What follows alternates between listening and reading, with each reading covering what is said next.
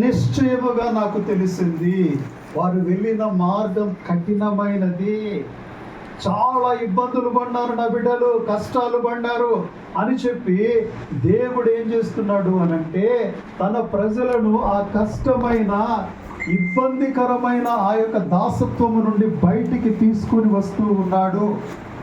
బయటికి తీసుకొని వస్తుంటే మోషే ఒక ప్రార్థన చేస్తాడమ్మా. ఈ 2026వ సంవత్సరంలో మీరు అడుగు పెట్టినారు కదా, మీరు కూడా ఇలాంటి ప్రార్థన మీరు చేయాలి. మోషే రాసిన కీర్తన 90వ కీర్తనలో ఒక మాట ఉంది. మోషే ప్రార్థన చేస్తాడు. 90:14 చదివితే ఒక మాట ఉంది, చదువునైనా. ఉదయమున నీ కృపతో మమ్మలను తృప్తిపరచుము. దేవా దేవా, మేము పడిన కష్టాలన్నీ నీకు తెలుసు, నిశ్చయముగా మా బాధలను చూచినా అని చెప్పినావు, మా మార్గం అంతా నీకు తెలుసు. అయితే ప్రభువా, ఉదయమున నీ కృపతో మమ్మలను తృప్తిపరచు. ఉదయమున నీవు ప్రార్థన చేస్తే, తెల్లవారుజామున నువ్వు ప్రార్థన చేస్తే ఆ కృప నిన్ను ఆవరిస్తుంది, ఆ కృప నిన్ను తృప్తిపరుస్తుందంట. అప్పుడు నువ్వు ఎలాగుంటావంటే దుఃఖముఖరాలై ఉండవు. దుఃఖం ఇక ఉండదు. ఎలా ఉంటుంది అనంటే ఏమో ఈ విధంగా ఉంటుందంటే, నా దినములన్నీ కూడా ఉత్సహించి ఆనందిస్తాను. అందుకనే నీవు ఉదయకాలమే దేవుని వెదకాలి. దేవుని వెదికే సమయం. సర్వసృష్టి లేచి ఆకాశ పక్షులు, జంతువులు అన్నీ కూడా దేవుని స్తుతించిన తర్వాత అంతా పండుకొని అంతా ఏం చేస్తారంటే చివరిగా మన గొంతెత్తుతాం. మనము ఏదో చేయాలంటే చేస్తాం, కానీ అంతకు ముందే ఏం చేయాలి? మనం ప్రార్థన చేసి దేవుని స్తుతించాలంట. మన స్వరం ఆయనకు ముందుగా వినబడ చెయ్యాలి. అప్పుడు ఎలా ఉంటాయి? నీ దినములన్నిట నువ్వు తృప్తి కలిగి ఉంటావు, సంతోషిస్తూ ఉంటావు.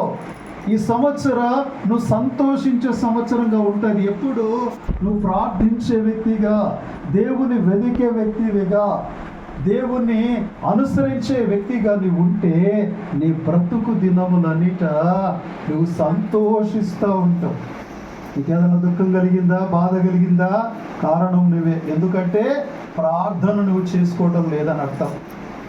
నువ్వు నిజంగా ప్రార్థన చేసుకుంటే దేవుడు ప్రమాణపూర్వకంగా చెబుతూ ఉన్నాడు, ప్రతి ఉదయమున నా కృపతో నా బిడ్డలారా మిమ్మల్ని నేను తృప్తిపరుస్తానంటున్నాడు. అదే రీతిగా మోషే ఇంకొక ప్రార్థన చేశాడు 15వ వాక్యంలో.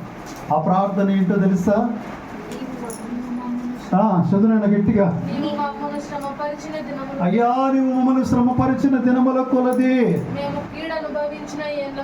అయ్యా అయ్యా అయ్యా, ఎన్నో శ్రమకరమైన దినాలయ్యా, ఎన్నో ఏళ్ళు కీడును అనుభవించినామయ్యా. ఒక సంవత్సరం కాదు, సంవత్సరం వెంబడి సంవత్సరం. అందుకనే యోవేలు గ్రంథంలో సంవత్సరముల పంట ఎంతో కష్టపడి విత్తింటారు, కానీ పంట రాలా. ఎంతో డబ్బును వ్యయపరిచింటారు, లక్షల కొద్ది పెట్టుబడి పెట్టింటారు, కానీ ఏమాత్రం రాల, తినివేసింది, పంట అంతా పోయింది. అందుకనే దేవుడు ఏమంటున్నాడంటే మోషే ద్వారా మనతో మాట్లాడుతూ ఉన్నాడు. సంవత్సరముల కొలది కీడు వెంబడి కీడు నువ్వు అనుభవించినావు కదా. దేవుడు ఏమంటున్నాడంటే, దేవా ఏం చేయమంటున్నాడు? ఇక్కడ కూడా ఆయన అంటున్నాడు, శ్రమపరిచిన దినముల కొలది, కీడును అనుభవించిన ఏళ్ళ కొలది ఏం చేయమంటున్నాడు? మమ్మల్ని సంతోషపరచు. ప్రభువా, సంవత్సరాల కొలది కనిపెట్టుకొని ఉన్నా, నీ మాట మీద నేను ఆశ పెట్టుకున్నానయ్యా. మనుష్యుడు రొట్టె వలన మాత్రము కాదు, దేవుని నోట నుండి వచ్చు ప్రతి మాట వలన బ్రతుకుతాడన్నావు కదా. నీ మాట మీదనే ఆశ పెట్టుకున్నా. ప్రభువా, నేను కీడును అనుభవించిన దానిని, అయ్యా పరచబడిన దానిని నన్ను జ్ఞాపకం చేసుకో అన్నప్పుడు దేవుడు ఏం చేస్తాడంటే సంవత్సరాల కొద్ది పడిన బాధను ఈ సంవత్సరం దేవుడు తీసివేయబోతా ఉన్నాడు. నీ జీవితంలో దేవుడు కార్యములు చేయబోతా ఉన్నాడు. సంవత్సరంలో పంటను ఇస్తానంటున్నాడు. జవాబిస్తానంటున్నాడు మీ జీవితాలలో. అదే రీతిగా ఇంకొక పరిస్థితి ఉంది. సియోను జనులారా అంటే నా జనులారా అని అర్థం. ఎలాగుంది పరిస్థితి అనంటే యెషయా గ్రంథం 61వ అధ్యాయ 3వ వాక్యంలో దేవుడు మరలా మాట్లాడుతూ ఉన్నాడు.